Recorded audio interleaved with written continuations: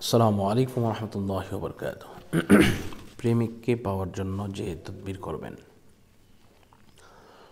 আমরা অনেকেই মনের মানুষকে পাওয়ার জন্য বিভিন্ন ধরনের তদবির আমরা করে থাকি। তবে একটা জিনিস চিন্তা করবেন, আপনি যার জন্য পাগল হচ্ছেন সে কি আপনার জন্য পাগল হবে, নাকি আপনি তার জন্য এমনিতেই ছুটে যাচ্ছেন? দেখেন, আপনি আল্লাহকে বিশ্বাস করেন, রাসূলকে মহব্বত করেন, পিতামাতাকে মহব্বত করেন, কিন্তু প্রেমিকার প্রতি যে মহব্বত সেটা হচ্ছে অন্য ধরনের, ভিন্ন ধরনের একটি মহব্বত। এই জন্য এই মহব্বতের বিষয়টা একটু অন্য ধরনের দেখা যায়। এজন্য আমরা আল্লাহ পাকের দরবারে তওবা করব যে আল্লাহ পাক আমাদেরকে ক্ষমা করেন।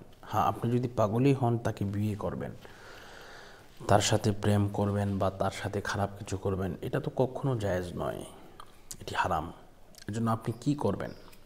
অবশ্যই আপনাকে যে কাজটা করতে হবে, আপনি যখন প্রেমে পড়ে যাবেন বা তার সাথে আপনি রিলেশনে জড়াতে চান, আপনার মনের ভিতরেই থাকতে হবে যে আল্লাহ, আমি পছন্দ করছি, তাকে বিবাহ করব। এটি আপনার মনের মধ্যে থাকতে হবে। কিন্তু এর আগে তাকে স্পর্শ করা যাবে না, তাকে টাচ করা যাবে না, তার সাথে কোনো সেক্সুয়াল কোনো ঠক, কোনো কথাবার্তা, এই সমস্ত কোনো কিছু করা যাবে না। হ্যাঁ, আপনি যদি এরকমভাবে চান তাহলে ইনশাল্লাহ এই তদবির করা যেতে পারে। আর যদি যোগাযোগ করতে চান এই নাম্বারে যোগাযোগ করবেন 016-430-63744। ইমো হোয়াটসঅ্যাপ দুটোটাই খোলা আছে। তবে হ্যাঁ, আপনাদেরকে বলি, আপনারা যদি এই আমলটি করেন, এটিও অনেক কার্যকরী আমল। সূরা কুরাইশ, এটি আপনি শেষ পর্যন্ত পড়বেন 99 বার। বিসমিল্লাহির রহমানির রহিম সহ বিসমিল্লাহির রহমানির রহিম।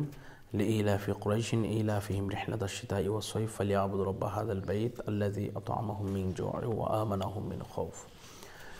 এই আমলটি যদি আপনি করেন, ইনশাআল্লাহ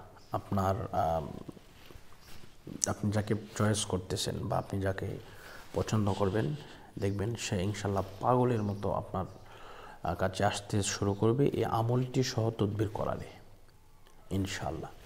তো এই জন্য আরেকটি আমল আছে, তা হচ্ছে সকালে যখন সূর্য উঠবে, ফজরের নামাজ আদায় করবেন, নামাজ না পড়ে আবার না, ফজরের নামাজ আদায় করার পরে যখন সূর্য উঠবে, সূর্যের দিকে তাকিয়ে আপনাকে বলতে হবে ইয়া হাক্কু ইয়া হাক্কু ইয়া হাক্কু।